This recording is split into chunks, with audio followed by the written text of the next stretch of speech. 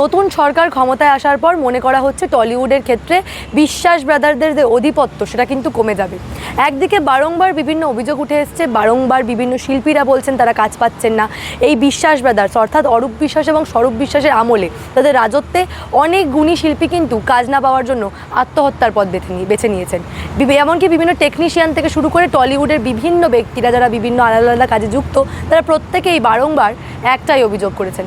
এখন দেখার বিষয় নতুন সরকার আসার পর একটা সময় যারা যোগ্যতা থাকা সত্ত্বেও কাজ পাননি এই টলিউডে, রুদ্রনীল ঘোষ থেকে হিরণ চট্টোপাধ্যায় যারা একেবারে যোগ্য অভিনেতা, তার সত্ত্বেও বিশেষ করে রুদ্রনীল ঘোষের মতো অভিনেতাও নাকি টলিউডে একটা সময় কাজ পায়নি। হিরণময় চট্টোপাধ্যায়কে ব্যান করে দেওয়া হয়েছে এই টলিউডে। এখন দেখার বিষয় নতুন সরকার গড়ার পর এই পাপিয়া অধিকারী, শর্বরী মুখার্জি, তারপর রূপা গাঙ্গুলি, এমনকি রুদ্রনীল ঘোষ থেকে শুরু করে হিরণময় চট্টোপাধ্যায় তারা ঠিক কী ব্যবস্থা নেয় টলি পাড়ার জন্য। আজকের প্রতিবেদনে সেটাই আপনাদের দেখাবো, তারা ঠিক কী বলছে। এবার সত্যি সত্যি কি টলিউডে পরিবর্তন আসতে চলেছে? তার জন্য প্রতিবেদনটা সম্পূর্ণ দেখুন। নমস্কার, আমি সানিয়া, দ্য নিউজ বাংলায় আপনাদের সকলকে স্বাগত। গতকাল শুভেন্দুবাবু ডেকেছিলেন সঙ্গে বসে একটা রূপরেখা তৈরি করতে করে ওনাকে এবার আমাদের যে স্ট্র্যাটেজাইজ করেছি সেগুলো ইমপ্লিমেন্টেশন আসল কথা। রুদ্রনীল ঘোষ থেকে শুরু করে রূপা গাঙ্গুলির মতো একেবারে জনপ্রিয় অভিনেতা অভিনেত্রীরা যারা একেবারে অভিনয় দক্ষ, তার সত্ত্বেও কিন্তু কেবলমাত্র বিজেপি করার অপরাধে তারা দীর্ঘদিন ধরে এই টলিউডে কাজ পাননি। কেবলমাত্র এই অরূপ বিশ্বাস এবং স্বরূপ বিশ্বাসের রাজত্ব ছিল টলিপাড়ায়। কেবলমাত্র এই গুণী শিল্পীরা নয়, টেকনিশিয়ান থেকে শুরু করে অনেকেই কিন্তু কাজ পাননি। একের পর এক রুদ্রনীলের দক্ষ অভিনয় আমরা বিভিন্ন সিনেমায় দেখেছি, তার সত্ত্বেও এই টলিউডে কিন্তু কাজের অভাব হয়ে দেখা দিয়েছে। বারংবার তারা কাজ পাননি এবং বাধ্য হয়ে অভিনয় থেকে দূরে সরে থেকেছেন। যদিও অনেক ক্ষেত্রে রুদ্রনীল ঘোষ এবং রূপা গাঙ্গুলিকে আমরা টলিউড বাদ দিয়ে অন্য জায়গায় কাজ করতে দেখেছি, কিন্তু টলিউডে তাদের কোনো জায়গা হয়নি। এমনকি হিরণময় চট্টোপাধ্যায় দীর্ঘদিন কিন্তু সিনেমা জগৎ থেকে, টলিপাড়া থেকে অনেক দূরে থেকে একেবারে রাজনীতিতেই মনোনিবেশ করেছিলেন। আজকে তাদের প্রত্যেকের সঙ্গে কথা বলেছিলাম, ঠিক কী বলছেন তারা। এবার নতুন সরকার গঠন হওয়ার পর ঠিক কী বার্তা তারা দিচ্ছেন মানুষকে, এবং তাদের যে মুখ্যমন্ত্রী মাননীয় শুভেন্দু অধিকারী তিনি ঠিক কী বলেছেন। এই অভিনয় জগৎ নিয়ে সত্যি সত্যি কি কোনো কমিটি গঠন হচ্ছে, বিজেপি তরফে কী ব্যবস্থা নেওয়া হচ্ছে, তাদের মুখেই শুনুন। Tollygunge film industry, actors and the artists, they should be free from politics. They should be depoliticized. কোনো পলিটিসাইজেশন করা উচিত নয়, কোনো রাজনীতিকরণ করা উচিত নয়। শিল্পীর মতো কাজ করবেন, অভিনেতা অভিনয়ের মতো কাজ করবেন, তাদের সঙ্গে রাজনীতিকে কোনোভাবে জোড়া উচিত নয়। আমি তীব্র ধিক্কার জানিয়েছি বারবার যেভাবে মমতা বন্দ্যোপাধ্যায় তৃণমূলীকরণ করেছিলেন, এবং সেই জন্যই কিন্তু 2020-তে আমি বিজেপি জয়েন করেছিলাম, 2021-এর নির্বাচন লড়েছি। সেই জন্য কিন্তু গত 5 বছর আমি কিন্তু টলিউডে ফিরিনি।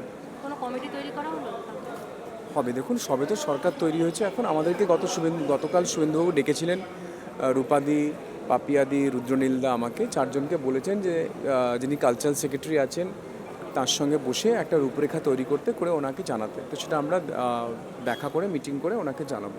বিজেপি নেত্রীর পাশাপাশি আমরা অভিনেত্রী পাপিয়া অধিকারীকে খুব পরিচিত আমাদের, কিন্তু এই যে টলিপাড়া এতদিন ধরে যে চলছে এটা কি অবসান পাপিয়া অধিকারী? দুই ভাইয়ের যে অত্যাচার, সেই অত্যাচার কি অবসান হবে? অত্যাচার অবসান যখনই আমি তাকে হারিয়ে দিয়েছি তখনই অবসান হয়ে গেছে।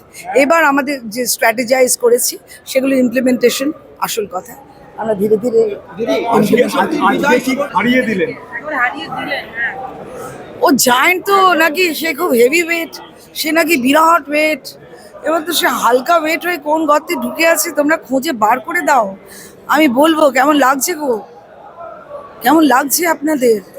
এত লোককে এত কষ্ট দিয়েছেন, এত চোখের জলে ভাসিয়েছেন, এত অত্যাচার করেছেন, অত্যাচারে শেষ করেছেন। বিশেষ করে মেয়েদের তো তুচ্ছ তাচ্ছিল্য। ওর খোকস ব্রাদার, সে তো মেয়েদের তো তুচ্ছ তাচ্ছিল্য। আর এখন সব শুনছি বিধানসভায় নাকি এই চুপ, ও রাজার মতো ঘুরে বেড়াতেন সব। বাপরে, অহংকার না কাউকে রেওয়াত করে না, এমনকি ব্রহ্মাকেও রেওয়াত করেনি। ব্রহ্মাকে যখন বলা হয়েছিল আপনি মহাদেবের আদি অন্ত পেয়েছেন দেখতে, উনি যাতে আর না খাটতে হয় উনি বলেছিলেন আমি পেয়েছি। তাতে করে কি হলো? তাতে করে ব্রহ্মার পুজো বন্ধ হয়ে গেল। ব্রহ্মা বিষ্ণু মহেশ্বরের ব্রহ্মা, এমনকি ব্রহ্মার অহংকারও, ব্রহ্মার মিথ্যেও সহ্য হয়নি দেবতাদের। আর এ তো সামান্য হেভি ওয়েট নাকি ফু করে উড়িয়ে দিয়েছে। তাই কাজ কঠিন, এবং এটা পশ্চিমবঙ্গের মানুষেরা জানেন।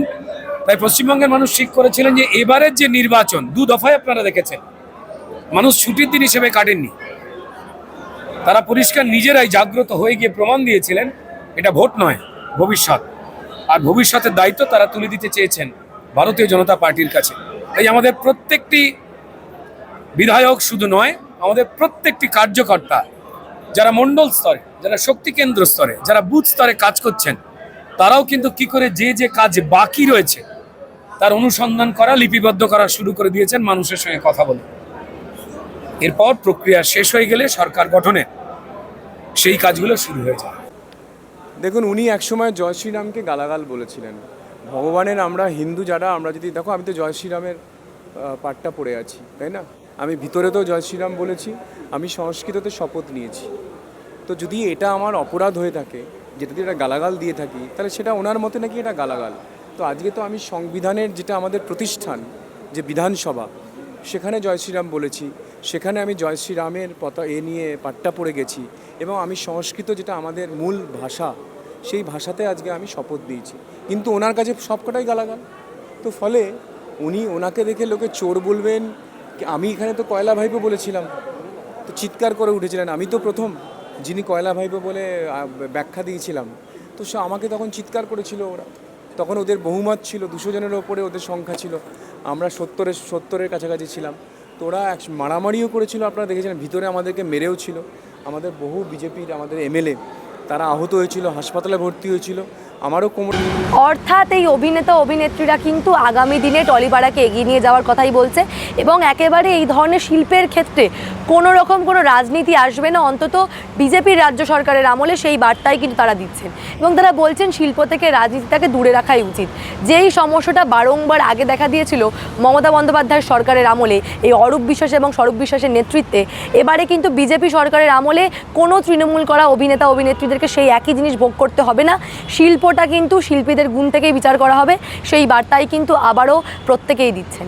এখন দেখার বিষয় কতটা ফলপ্রসূ হয় এবং কতটা সত্যি সত্যি টলিউড থেকে রাজনীতি মুক্ত করা যায় টলিপাড়াকে, সেটাই এখন দেখার। এ বিষয় নিয়ে আপনারা কী ভাবছেন? আপনাদের মূল্যবান এবং গুরুত্বপূর্ণ মতামত অবশ্যই আমাকে জানাবেন দ্য নিউজ বাংলার কমেন্ট সেকশনে, এবং দেখে থাকুন দ্য নিউজ বাংলা।